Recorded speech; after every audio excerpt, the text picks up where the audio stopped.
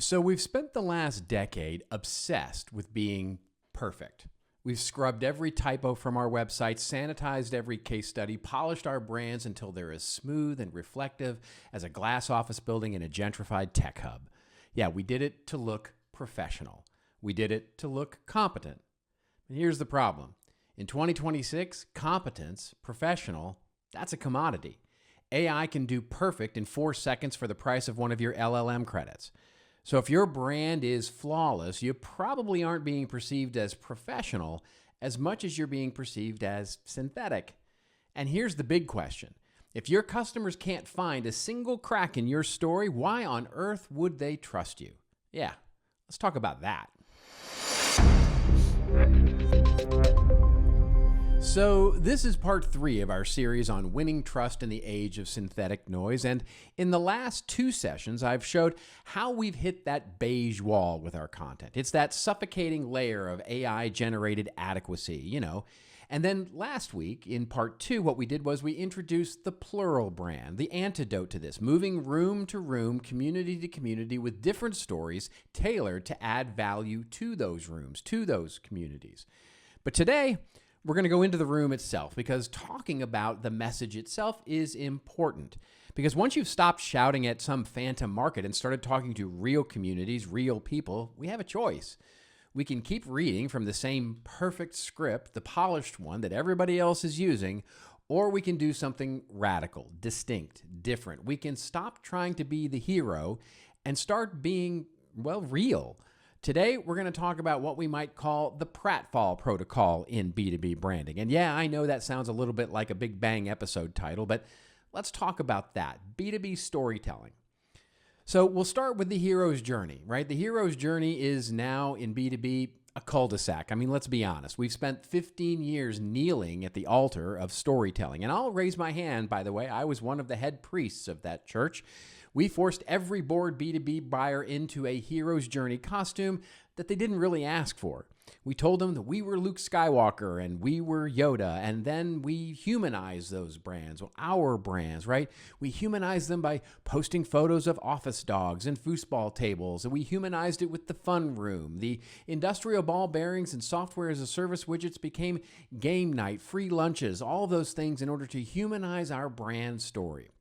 It was forced whimsy. It was industrial grade storytelling. And you know the formula with the case study, for example. Status quo sucks. Then our brand shows up like Deus Ex Machina and everything is optimized. 300%, unicorns and rainbows, ROI, boom, end of story. All right, yeah, I'm being a little cynical, of course. Trust me, I know that. Storytelling is important and storytelling structure is important. And in 2015, it worked brilliantly because we weren't structured in those days. In 2026, it can be just more beige noise because guess what? AI got the memo and trained on our perfectly structured B2B storytelling, and it has now gentrified the hero's journey. Ask any LLM to write a case study and it'll give you the exact arc I just mentioned. Perfectly structured and perfectly boring. When structure is everywhere, it becomes invisible.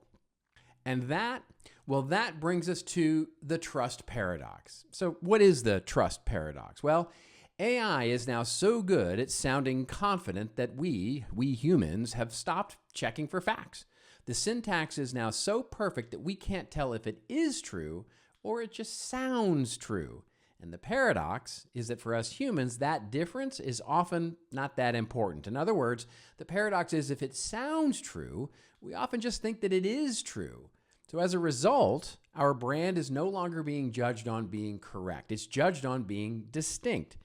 If you write a perfectly polished, error-free white paper, even if it is 100% human created, a good half of your audience's brains may flag it as being synthetic, and vice versa, of course.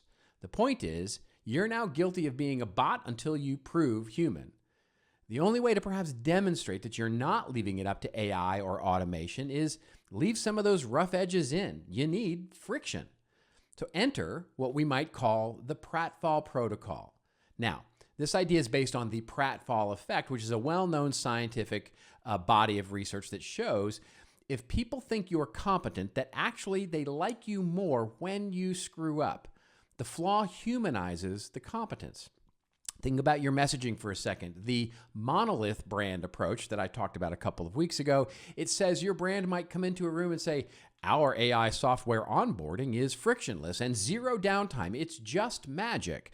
Now, the pratfall approach, the one that you use, by the way, specifically in the technical developer Discord chat room, says, look, the first week of our AI software implementation is going to be an absolute train wreck. It's messy. It'll probably break twice and you'll hate us on day 3. But on day 4, you're going to see data and insight that you've never seen before.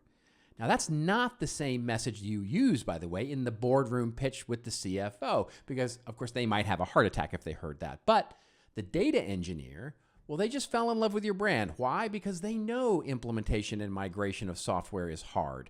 When you pretend it's easy, you look like a marketer. You look like a liar. And when you admit that it's a nightmare, you're the only vendor they're going to trust.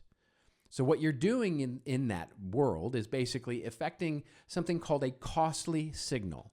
Now, that's a term you probably haven't heard since university biology. The costly signal is, well, for example, a fiddler crab with a giant useless claw that makes it vulnerable to predators. It's a costly signal that says, I'm so strong, I can survive this handicap. In B2B, a pratfall approach is a costly signal.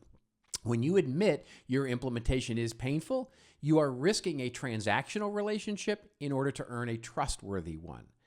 You see, ultimately, the smooth brain of an AI can simulate those words. They can simulate the words of a mistake, but they can't be real about it. They have no reputation to lose. There is no ego for them to bruise. Humans are built to sniff out the difference between someone risking their neck and someone reading a generated script. Trust comes from the risk, not from the flaw. So, how do we operationalize all this, right? Well, the first thing we can think about is stop writing our success stories and start writing conflict stories.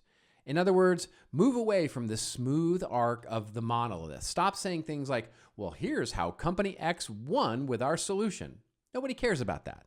Start by saying, why company X almost fired us in month 2. Now, that headline creates a hitch in the professional matrix, right? It forces our brains to go, let's stop scanning for a second and start processing. It signals reality, honesty. It shows you have the confidence, the core brand, to admit things went wrong because you know the struggle validates the eventual win, the success. We've spent a decade trying to make everything frictionless and easy and magic. And here is the economic truth of 2026. In an economy of infinite ease, value shifts to things that are perceived as being harder. Now, next week, we're going to dig into that shift. We're going to talk about how effort is becoming the new luxury and how you can balance that message to operationalize your plural brand. But for this week, do me a favor. Take a look at your content pillars. If they're looking a little too sturdy, the marble is perhaps a little too polished, knock one of them over. Until then, it's your story. F it up a little bit. That might be telling it a little better. I'll see you next week.